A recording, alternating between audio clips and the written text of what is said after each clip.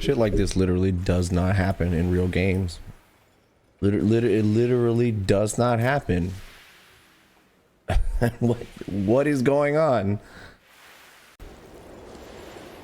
I think you get shuffler fucked if you play too fast and win too many times. Like they just hard enforce bad shuffles. You either get land fucked or flooded, because this is insane. Absolutely insane that. Oh man.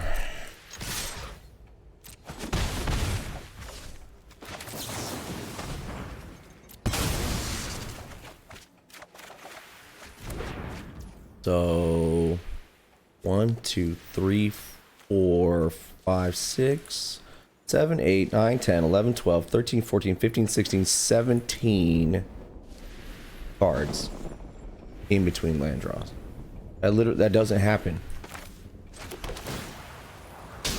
You literally cannot shuffle a deck that poorly doing a normal shuffle. So the way the shuffler is shuffling does not mimic a real life deck shuffle. All right, thank you for watching. Hopefully I've got this camera set up correctly and things are viewable. Please ignore one of my thumbnails. It's almost fully recovered from being smashed in a door. Anyway, we're going to demonstrate that with 22 lands like I had in that deck in the clip, it should be impossible. It should be literally impossible to have 17 lands, have 17 cards in between land draws. So, in that video, had 22 lands.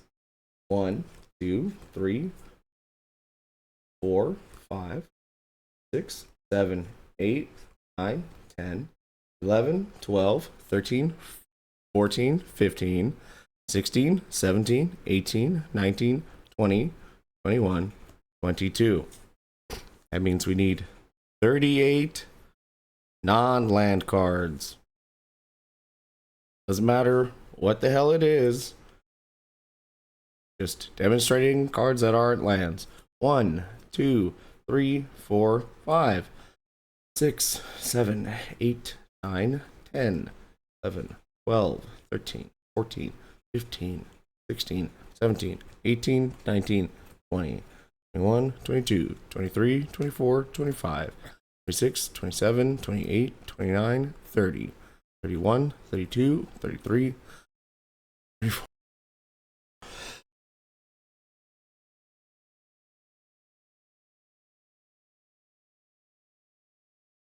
37, 38, I think. All right. Cut. So,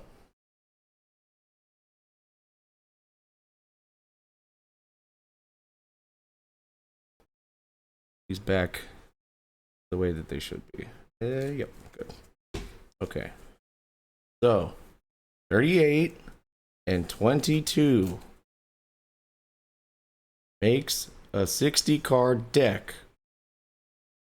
Now, the way an actual shuffle should go, like if you were gambling at a casino anywhere that is regulated and supposed to deal you cards from a deck in a way that is randomized, similar to the way a dealer would do it.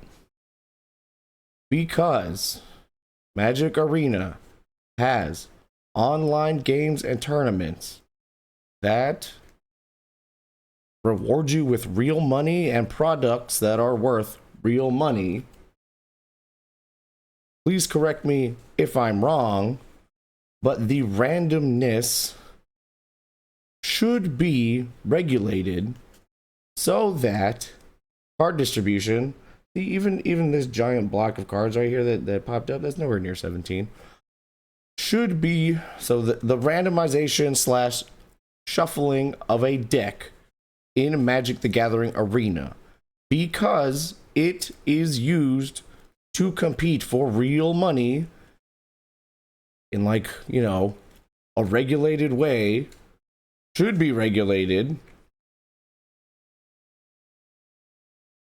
Giant block of cards, right? 1, 2, 3, 4, 5, 6, 7. And then there's a land, and then there's 3 more cards, and then there's a land, and there's 3 more cards, and there's a land, and there's 3 more cards. Nowhere near 17. So even all right, we haven't done the chunking, right? Even if you chunk it perfectly, right? So throw all the black cards there, and then you would throw this chunk like that to have a nice big section. And then, right, you would magically separate here, throw this chunk there, and then magically, how would we do this? Yep, we would throw this entire chunk ahead. So he would go, shadoop, shadoop. Oh, I missed one. See, I can't even do it because, you know, hands like that. And then that one would end up on top. And even then, nowhere near 17. My goddamn fan. Okay. Nowhere near separate 17. So, right? That's what we're looking at. 1, 2, 3, 4, 5, 6, 7, 8, 9, 10, 11, 12.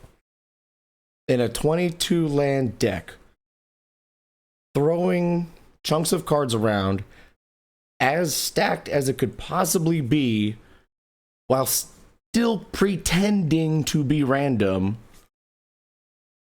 we managed to get 12 cards, right? And I guess if you cut the deck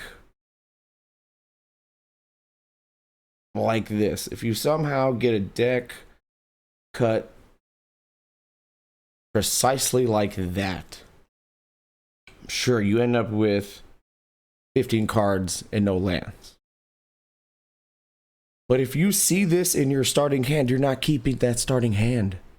You're going to mulligan. And what do you do when you mulligan? You're supposed to shuffle. You're supposed to redistribute. You're supposed to break up the thing that made you mulligan in the first place, right? So even after that, right, there's a big chunk here, but it's nowhere near 17. And if we, again, stacked the deck, right, do our big old chunk there, and then magically it gets separated, and then like, okay, so shoop, shoop, shoop. Oh, wow, look at that. Man, that's crazy. How many cards did we manage to stack? Whoa. How many cards did we manage to stack? It's hard to keep it on camera as I'm not used to doing it. 1, 2, 3, 4, 5, 6, 7, 8, 9, 10, 11, 12, 13. So we got one more card, right? Still a far cry. That's 25% away from 17, basically. So, or 30%. It's close to, yeah, it's like 30% of the way. Just under, because 12, yeah. Anyway, numbers. Okay, so anyway, so if you do that, anyway, normally people throw out chunks like this, right? You do something like that. See, there's a big old spread, but it's not 17 cards. Like 8 cards at most, right? And most tournament, if you're playing in an actual event, they would not accept that as a final move for the shuffle, right? They wouldn't let you go, and I'm done. No, they expect you to do this bit again.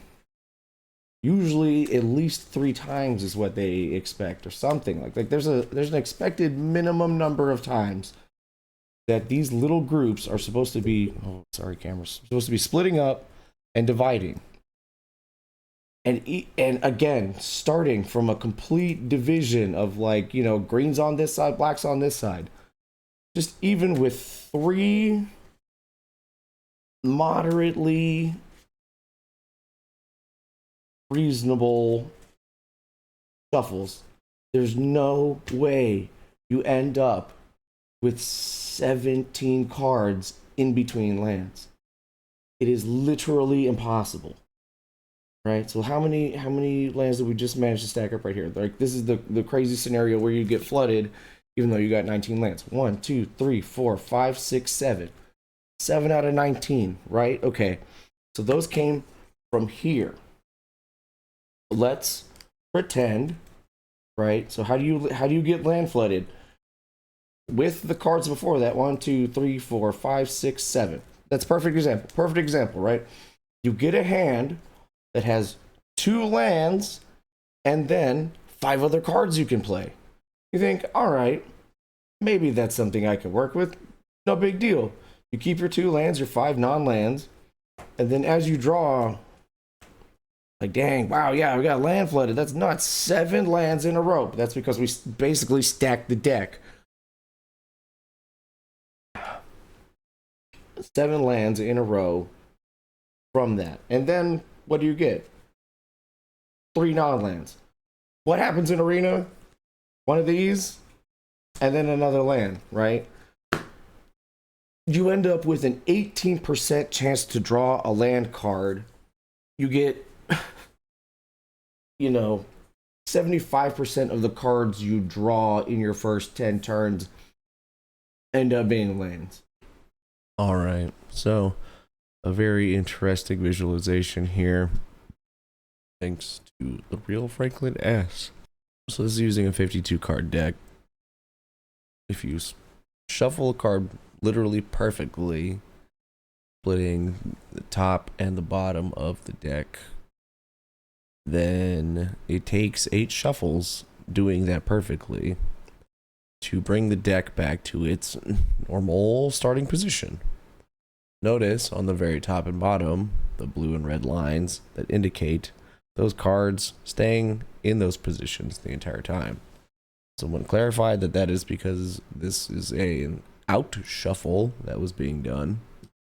Then the other way to do it is the in shuffle. The in shuffle produces a more random, it's not really random since you're doing a perfect shuffle, but if you were to do something like swap one of these data points here and then do the shuffle, and then after that swap one of these data points and then shuffle, if you introduce one random bit each, in these first 3, then you end up over here with something that, yeah, it has a couple of groups, because in these 2 iterations you can draw a line through here and none of these colored lines will repeat.